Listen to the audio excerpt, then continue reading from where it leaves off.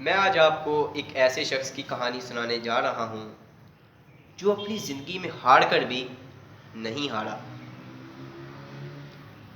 उस शख्स की ज़िंदगी में एक ऐसी प्रॉब्लम्स आई जिससे यही पता चलता था कि ये हार गया।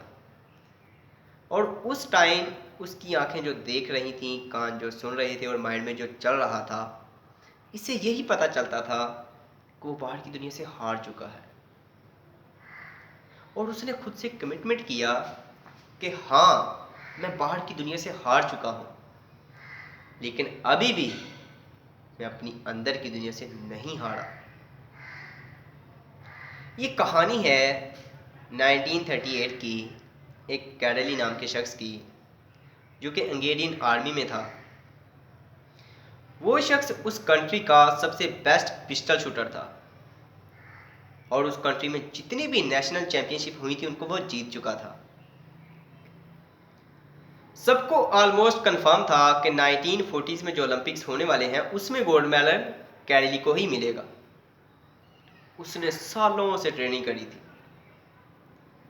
उसका एक ही सपना था, एक ही फोकस था कि मुझे अपने इस हैंड को इस कंट्री का नहीं, इस पूरी दुनिया का सबसे बेस्ट पिस्टल शूटिंग हैंड बनाना है तो बस बनाना है। उसने बना लिया और कामयाब हो गया।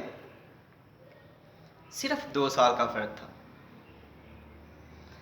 1938 में एक आर्मी का ट्रेनिंग कैंप चल रहा था। क्योंकि वो आर्मी में था, एक एक्सीडेंट हो गया। उसके उसी हाथ में जिससे उसने गोल्ड मेडल जीतना था, एक हैंड ग्रेनेड फट गया और उसका हाथ चला गया। अब जो उसका फोकस था, जो उसका सपना था, सब खत्म। अब उसके पास सिर्फ 2 ही रास्ते थे। एक तो ये कि वो अपनी बाकी की सारी जिंदगी रोता रहे, चिल्लाता रहे, अपनी किस्मत को कोसता रहे और कहीं जाकर के छुप जाए। और एक वो जो उसका गोल था, जो उसका सपना था, उसको पकड़ करके रख ले। और उसने फोकस किया उस पर नहीं जो चला गया, उस पर जो उसके पास था, जो उसके पास था। और क्या था उसके पास? एक लेफ्ट हैंड, एक ऐसा हाथ जिसे वो लिख तक भी नहीं सकता था। 1 मंथ तक उसका इलाज चला राइट हैंड का हॉस्पिटल में। ठीक 1 मंथ बाद उसने ट्रेनिंग शुरू कर दी अपने लेफ्ट हैंड की और ट्रेनिंग करते जा रहा।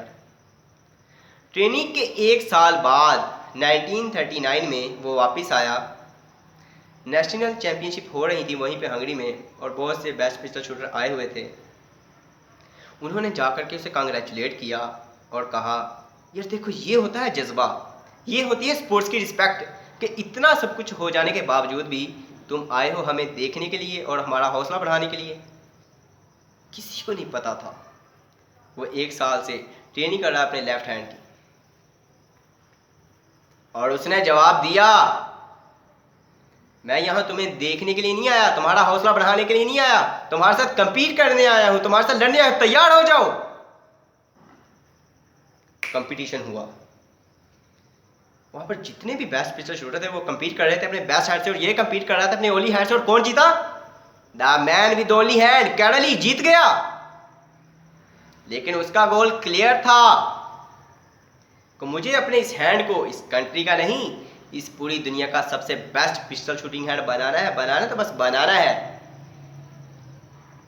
उसने सारा फोकस उठा करके डाल दिया 1940s के ओलंपिक्स पर। लेकिन 1940s के ओलंपिक्स कैंसल, वर्ल्ड वॉर की वजह से। उसने सारा फोकस उठा करके कहाँ डाल दिया? 1944 के ओलंपिक्स पर। लेकिन 1944 के ओलंपिक्स भी कैंसल, फिर से कैंसल। उसने सारा फोकस उठा करके डाल दिया 1948 के ओलंपिक्स पर। और 1938 में उसकी एज थी 28 ईयर्स और 1948 में उसकी एज हो गई 38 ईयर्स। और इस पार्टिकुलर कंपटीशन में जितने भी यंगर प्लेयर्स निकल करके आते हैं उनके साथ कंपीट करना मुश्किल होता चला जाता है। लेकिन मुश्किल वर्ड का नाम था ही नहीं उसकी डिक्शनरी में। हो गया।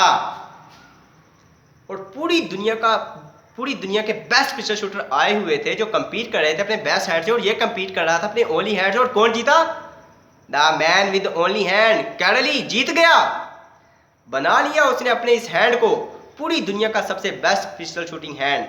लेकिन वो तब भी नहीं रुका, उसने 4 साल बाद फिर कंपीट किया 1952 के ओलंपिक्स पर, और इस दफा गोल्ड मेडल कौन जीता? कैरली। और पूरी की पूरी हिस्ट्री को बदल करके रख दिया ओलंपिक्स की। और इससे पहले इस पार्टिकुलर कंपटीशन में जितने भी एथलीट्स हो चुके थे, किसी ने भी लगातार 2 गोल्ड मेडल नहीं जीते। और अगर आप किसी लूजर के पास चले जाओ, उसके पास लिस्ट होगी बहानों की, मैं इस वजह से फेल हो गया, मैं इस वजह से कामयाब नहीं हो सका लाइफ में। और दूसरी तरफ आप किसी विनर के पास चले जाओ, उसके पास 1000 वजह होगी वो ना करने की, जो वो करना चाहता है वो कर जाएगा। और ये शाहिद तुम्हें कहता है इस दुनिया में कुछ भी मुश्किल नहीं है। अगर इस दुनिया में कोई वो शख्स जिसने कुछ किया है, समझ लो अगर वो कर सकता है तो तुम भी कर सकते हो।